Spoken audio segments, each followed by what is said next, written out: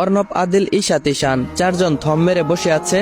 অরূপ যা বলেছে তাতে কারোরই মাথা ঠিক নেই, কিন্তু এখন এত হাইপার হলে চলবে না। যেরকম ঠান্ডা মাথায় কেউ ওদের সাথে খেলছে, ঠিক সেরকম ভাবেই গুটি চালতে হবে তাদের সাথে। আপাতত নিজের বোনের দিকে খেয়াল দিতে হবে, পরে তাদের ব্যবস্থা করবে। তাদের শত্রুদেরকে বুঝিয়ে দিতে হবে মির্জা বংশের ছেলেরা ছাড় দেয় কিন্তু ছেড়ে দেয় না। আপন বলতে ওদের কেউ নেই। বাবা মা মারা যাওয়ার পর আত্মীয় স্বজন এক প্রকার তাদেরকে দূর দূর করে তাড়িয়ে দিয়েছে। আপন চাচাও সেদিন সব সম্পত্তি জোর করে দখল করে বাড়ি থেকে বের করে দিয়েছে। খেয়ে না খেয়ে চার ভাই জীবন চালিয়েছে, তারপরও বোনকে একবেলা অনাহারে রাখেনি। বাবা ক্যান্সারে মারা গেল, তার 3 মাস পর মায়ের মৃত্যু। গৃহহারা 5টা মানুষ কি করে বড় হয়েছে সেটা একমাত্র তারাই জানে। তাই তো সবার প্রথমে 2টা এতিমখানা খুলেছে, যাতে করে অন্য বাচ্চাকে ওদের মতো প্রবলেম ফেস করতে না হয়। বাবা মা যখন মারা গেল তখন অর্ণবের বয়স 18 বছর। ভালো মন্দ সবকিছুই বোঝার ক্ষমতা হয়েছে, কিন্তু ওর 10 বছরের ছোট বোনটা তো কিছুই বোঝে না। গল্পটা অনেকটা সিনেমার মতোই, তাই না? কিন্তু মনে রাখবেন, বাস্তবতা সিনেমাকেও হার মানায়। বাস্তবের মতো করে সিনেমা তৈরি করা যায়, কিন্তু সিনেমার মতো করে বাস্তবতা তৈরি করা যায় না। বাস্তবতাটা খুব অদ্ভুত। 4 ভাইয়ের কাছে তাদের বোনের অ্যাক্সিডেন্টটা ধোঁয়াশা লাগছে। মনে হচ্ছে সবকিছু একটা দুঃস্বপ্ন। ঘুম ভেঙে গেলে সবকিছু ঠিক হয়ে যাবে। তাদের বোন আবার হেসে খেলে বাড়ি বাঁধিয়ে রাখবে। প্রত্যেকের চোখ মুখ ফোলা ফোলা, চোখগুলো লাল টকটকে হয়ে আছে। ছেলেদের নাকি কাঁদতে মানা, তাদের অনেক কঠিন মনের অধিকারী হতে হয়। অনেকেই এই কথাটা বলে, কিন্তু কথাটা একদমই যুক্তিসঙ্গত নয়। কেন, ছেলেরা কি মানুষ না? ওদেরও তো ভালোবাসা, অনুভূতি, আবেগ, সহ্য ক্ষমতা নামক বস্তুটা আছে। ওরাও তো রক্তে মাংসে করা মানুষ। আমরা কি ভাবি তাদের টাকা উপার্জনের মেশিন? না, এটা ভাবা উচিত নয়। তারা হয়তো মেয়েদের মতো এত সহজে কাঁদতে পারে না, তবে তারাও কাঁদে যখন আর সহ্য করতে না পারে। পুরো পৃথিবীটা তার নিজেকে একা মনে হয়, ঠিক তখন কাঁদে। অর্ণব সামনে এগিয়ে বসে আদিলের মাথায় হাত রাখলো। অর্ণব বলল, তোরা কি কিছু মুখে দিবি না? সেই বিকাল থেকে এখানে বসে আছিস, এখন প্রায় মাঝরাত, কিছু একটা খেয়ে নে, নয়তো শরীর খারাপ করবে। আদিল বলল, তুমি এটা কি বলো ভাইয়া? আমাদের বর্ণনা খেয়ে জীবন মরণের সাথে যুদ্ধ করছে, আর আমরা ওকে ছেড়ে খেয়ে নিব? তা কিছুতেই নয়।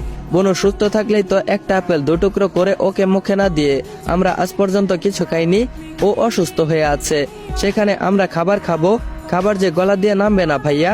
তো গাইস, গল্পের মাঝখানে কিছু কথা বলি। তোমরা যারা যারা পুরো গল্প দেখতে চাও তারা সকলেই আমার টিকটক আইডির বায়োতে থাকা ইউটিউব চ্যানেলের লিংকে ক্লিক করে ইউটিউবে চলে যাও। ইউটিউবে প্রায় 20 থেকে 30 মিনিটের গল্প আপলোড করা হয়। তোমরা যারা যারা পুরো গল্প শুনতে চাও তারা সকলে এই টিকটক আইডির বায়োতে থাকা লিংকে ক্লিক করে ইউটিউবে চলে যাও। তারপরও যদি লিংকে ক্লিক করে ইউটিউব চ্যানেল খুঁজে না পাও, তাহলে ইউটিউবে গিয়ে ইমন অন ফায়ার রিড অথবা ইমন অন ফায়ার লিখলেই আমার ইউটিউব চ্যানেল চলে আসবে। তো যাও সকলে ইউটিউব চ্যানেলে গিয়ে পুরো গল্পটা এনজয় করো। তো আর কোনো কথা না বলে চলো গল্পে ফেরা যাক। অর্ণব বলল, তোরা সবাই আমার আদরের, তোদের কথা তো আমাকে ভাবতে হবে। যদি বোনের মতো তোরা অসুস্থ হয়ে যাস তাহলে আমি বাঁচবো কি করে? মুখে হাত দিয়ে অর্ণব নীরবে কাঁদতে লাগলো। ঈশান বলল, ঈশাত, তোর তো কালকে কম্পিটিশন আছে, তুই কি সেখানে পার্টিসিপেট করবি? ঈশাত বলল, আর ইউ ম্যাড শান, তোর কি মাথা ঠিক আছে? আমার বোনও সবার আগে, তারপর আমার কেরিয়ার। রেগে বলল কথাটা। অর্ণব বলল, আগামীকালের কম্পিটিশনটা তো অনেক জরুরি, কালকে পার্টিসিপেট না করলে জাতীয় দলের চান্স পেতে সমস্যা হয়ে যাবে। ঈশাত বলল, তোমরা কি পাগল হয়ে গেছো? আমার কলিজার টুকরো বোনটার এই অবস্থা, কত কষ্ট পাচ্ছে, আর তোমরা আমার খেলা নিয়ে পড়লে। যদি আমার ক্যারিয়ার চলে যায় তাহলে অন্যভাবে ক্যারিয়ার করে নিব, কিন্তু যদি আমার প্রাণপ্রিয়র বোনটা কিছু হয়ে যায় তখন আমি কোথায় যাব? তাকে কোথায় পাবো? আমি ওকে ছেড়ে 1 সেকেন্ডের জন্য বাইরে কোথাও যাব না। যদি ফিরে এসে দেখিও। বাকি কথা বলার আগে মুখ ডেকে কান্নায় ভেঙে পড়লো। সবকিছু এক মুহূর্তে এলোমেলো হয়ে গেল। সব নিউজের হেডলাইনে এখন শুধু একটাই খবর, বিশিষ্ট শিল্পপতি অর্ণব মির্জা ও নর্থ ইস্ট ক্লাবের বাস্কেটবল চ্যাম্পিয়ন ঈশাত মির্জা একমাত্র বোন অ্যাক্সিডেন্ট করে গুরুতর আহত হয়ে হসপিটালে মৃত্যুর সাথে লড়াই করছে। বিকাল থেকে সন্ধ্যা পর্যন্ত মিডিয়া হসপিটালের বাইরে এসে ভিড় করেছে, কিন্তু 4 ভাইয়ের এক ভাই মিডিয়ার সামনে যায়নি। আসবে কি করে? তারা তো সেরকম পরিস্থিতিতে ছিল না। এইদিকে মিডিয়াতে তিলকে তাল বানিয়ে নানা রকম কথা প্রচার করছে, কিন্তু তাতে মিস্টার মির্জাদের কোনো সমস্যা নেই। উষা যদি ওদের অবস্থা দেখতো তাহলে তার ভাইদের এই অবস্থা দেখে কিরকম রেড করতো তা আমার জানা নেই। হয়তো খুশিতে আত্মহারা হয়ে যেত, নয়তোবা কান টেনে দিয়ে প্রত্যেককে কান ধরে উঠবস করাতো। এটা হয়তো এই ভাইদের পাগলামির সাজা। আর সে খিলখিল করে হাসতো। 4 ভাইয়ের পাশাপাশি আরেকজন পাগল হয়ে যাচ্ছে উষার জন্য। সে পারলে এখনই চলে আসতো আমেরিকা থেকে, কিন্তু রাতে ফ্লাইটের টিকিট পায়নি বলে সে আসতে পারেনি। তাই মিনিটে মিনিটে 4 ভাইয়ের মোবাইলে কল করে পাগল করে ফেলছে। আবার কল করলো অর্ণবের কাছে আর বলল, ভাইয়া ওষার শরীরের অবস্থা কেমন? ও কি ভালো হবে না? আমার সাথে কথা বলবে না? আমি ওর সব কথা শুনবো। প্লিজ ওকে আমাদের জন্য ফিরে আসতে বলুন, ওকে ছাড়া বাঁচতে পারবো না। কাঁদতে কাঁদতে কথাগুলো বলল। অর্ণব বলল, শান্ত হও, আল্লাহ চাইলে আমাদের বোনের কিছুই হবে না। তুমি নামাজ পড়ে বোনের জন্য দোয়া করো। ওপাশ থেকে কাঁদতে কাঁদতে আবারও বলল, আমি কাল সকালের ফ্লাইটের দেশে আসছি। আমি ওর কিছুই হতে দিব না। আমি নফল নামাজ পড়ে উষাকে ফেরত চাইবো। ওর যদি কিছু হয় তাহলে আমি বাঁচবো না ভাইয়া। আল্লাহ এমন কেন করলো? অর্ণব বলল, ধৈর্য ধরো, আল্লাহ হয়তো আমাদের পরীক্ষা নিচ্ছে। তার পরীক্ষায় উত্তীর্ণ হলে আমাদের বোনও নিশ্চয় আমাদের কাছে ফিরে আসবে। তারপর ওই পাশ থেকে আবারও বলল, সত্যি ওষা ভালো হয়ে যাবে? ভাইয়ারা কি করছে? অর্ণব বলল, হ্যাঁ সত্যি। আদি ঈশান নফল নামাজ পড়ছে। তুমিও অজু করে নামাজ পড়ে ওর সুস্থতা কামনা করো। আমিও নামাজ পড়বো, তাই মোবাইল বন্ধ থাকবে, তুমি আর কল করো না।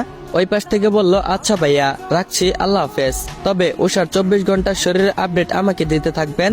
আমি কাল সকালেই আসছি। বলেই ফোন বন্ধ করে অর্ণব নামাজে দাঁড়িয়ে গেল। আইসিইউ এর পাশের রুমে তারা পাশে নামাজ পড়ছে। রুমের পাশে বডিগার্ডরা কড়া নজরদারি করছে। তখন অরূপের কথা শুনে নজরদারি আরো দ্বিগুণ বাড়িয়ে দিয়েছে। এক পাশে উষা বেডে শুয়ে আছে, আরেক পাশে নিঃশব্দে নামাজ আদায় করছে 4 ভাই। চোখের পানিতে পাঞ্জাবি ভিজিয়ে ফেলেছে। পুরো রুমে পিনপতন নীরবতা।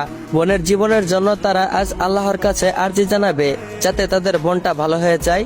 নামাজের মাঝে মাঝে ফুপিয়ে ফুপিয়ে কেঁদে উঠছে ঈশান। ওদের এমন অবস্থা হলেও তারা এতটা কষ্ট পেত না, কিন্তু বোনের জন্য জান চলে যাওয়ার মতো অবস্থা হয়েছে। সত্যি থাকার মতো থাকলে একটা ভাই যথেষ্ট, 4 জনের প্রয়োজন হয় না। সেখানে উষা 4টা ভাইয়ের প্রাণের সাথে জড়িয়ে আছে। অনেক রেসপেক্ট ও স্যালুট পৃথিবীর সকল ভাইকে, যারা তাদের বোনকে রক্ষার জন্য ঢালের মতো দাঁড়িয়ে আছে। আর এত পাগলামি করে মনোজাতে কাঁদতে কাঁদতে 4 ভাইয়ের চোখের অবস্থা খারাপ করে ফেলেছে। জানি না আল্লাহ তাদের কান্না শুনতে পাচ্ছে কিনা। সবার মনে একটা বাসনা, তাদের বোন যেন ঠিক হয়ে যায়। হঠাৎ করে আদিল মোনাজাত শেষ করে বোনের রুমের দিকে তাকালো। তাকিয়ে চোখ কপালে তুলে ফেললো। যা দেখলো তাতে জোরে চিৎকার দিয়ে উঠলো।